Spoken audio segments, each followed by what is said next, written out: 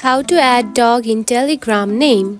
If you have been using the Telegram application and wondering on how to add the dog emoji or icon in the name, don't worry. In this video, I will show you how to do it. So let's get started. First of all, open the Telegram application. Just like this. After opening it, you will find something like this on your home screen. Now to add dog in Telegram name, simply choose one of the chats where you want to add the dog icon. Just like this.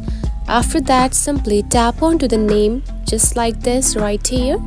Tap on it, then here you can find edit option right here at the top. Then select it.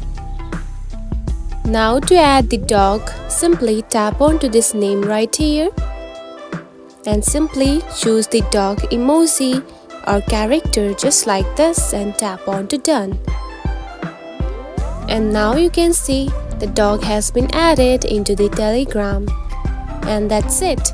This is how you can add the dog in the Telegram name.